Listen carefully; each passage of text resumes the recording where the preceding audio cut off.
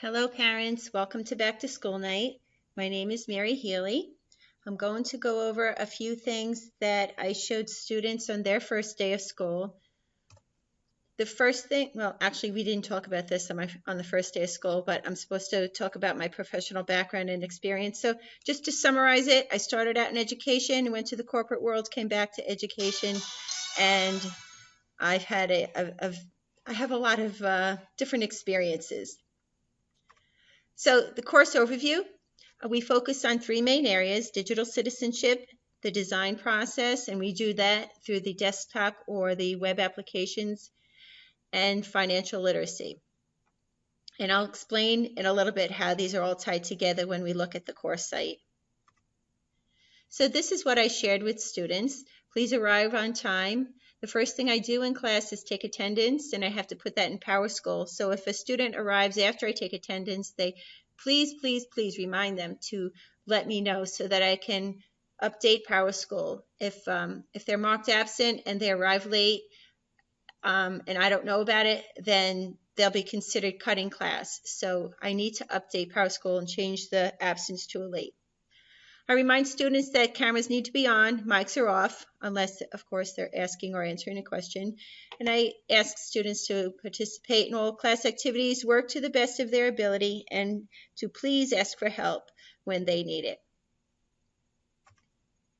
This is just a summary of the grading. Participation, projects and labs, and assessments are the three main categories. And participation is in the form of do nows or exit tickets.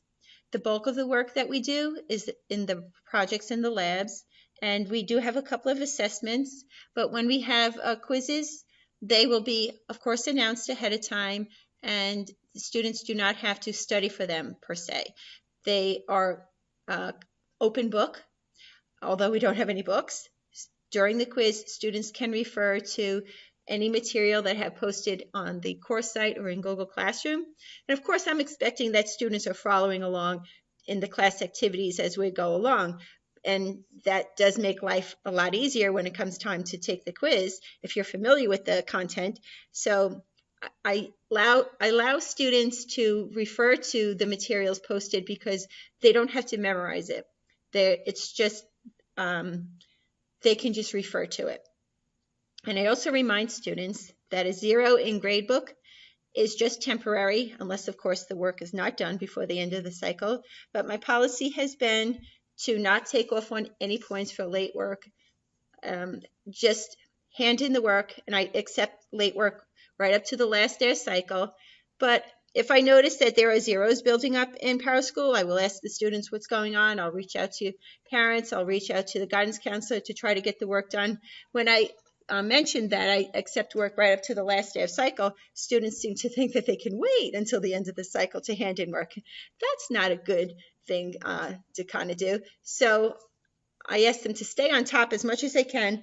And if they run into difficulty, if they're overwhelmed with other classes and they just can't get caught up with the work from this class, that's okay. I'll give them extra time. Just let me know what's going on.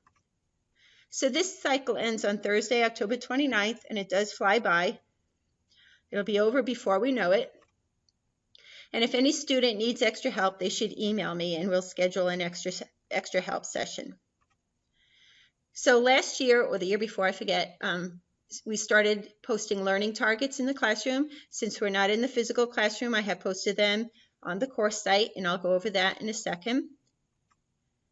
And of course, Google Classroom is our classroom management system, and students should check Google Classroom for any assignments and any announcements from me. And I want to emphasize when I take a look at the sample Google Classroom that I have, students should click on the classwork tab to follow. It's a better way that I think to have things organized. The stream posts everything in chronological order, and students can get overwhelmed trying to find things later on in the course because a lot of things are posted there.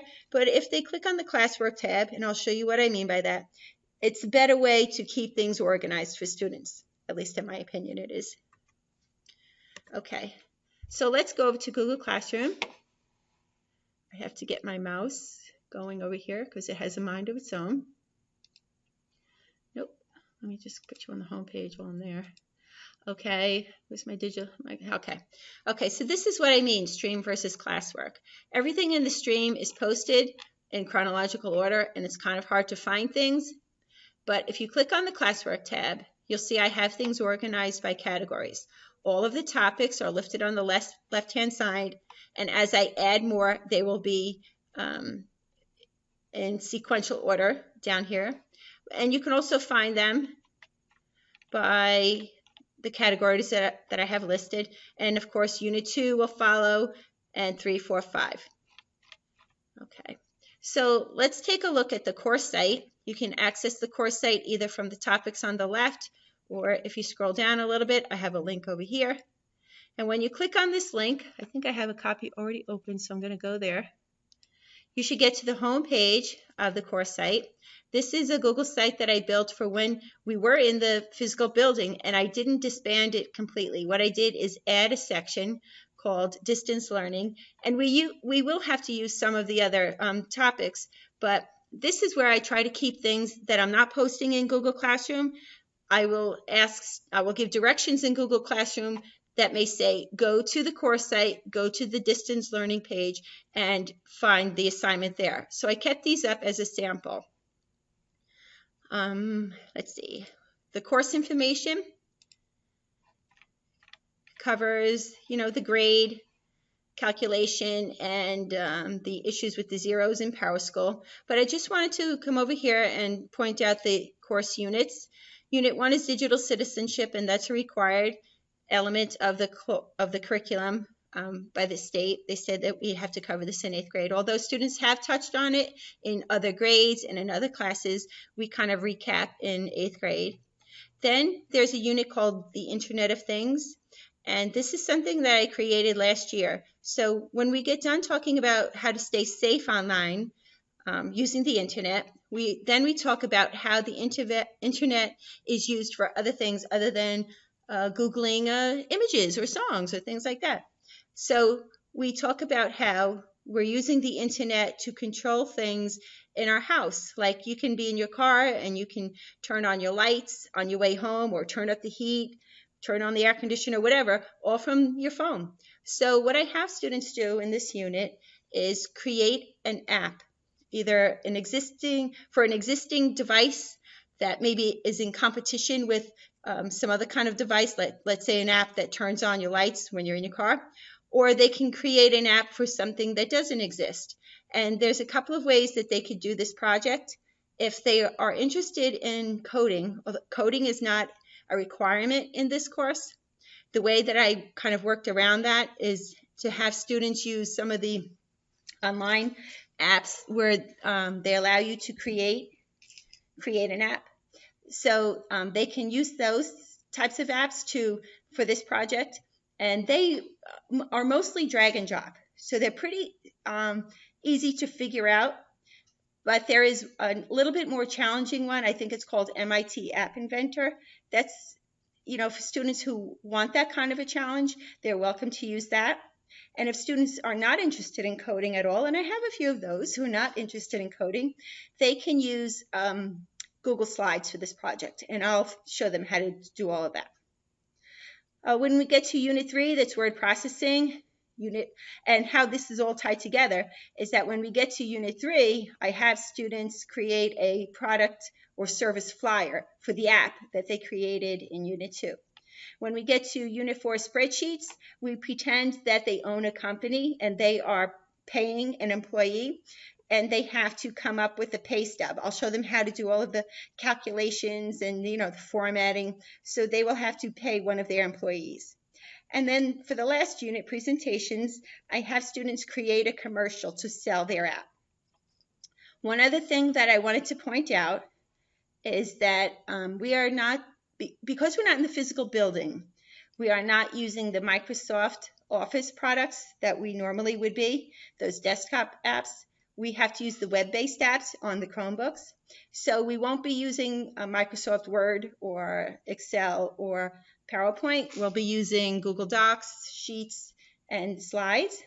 However, if students have access to the Microsoft products at home, They are welcome to come to the course site, because under units 3, 4, and 5, I have tutorials.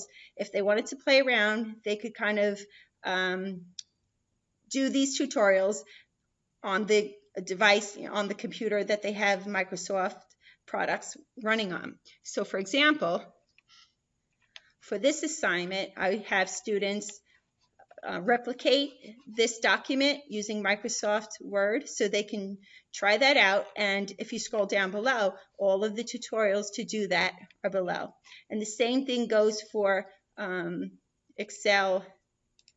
I have tutorials. Where are they?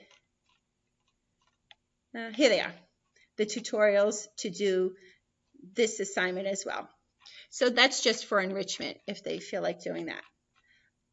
Here are the learning targets on this page.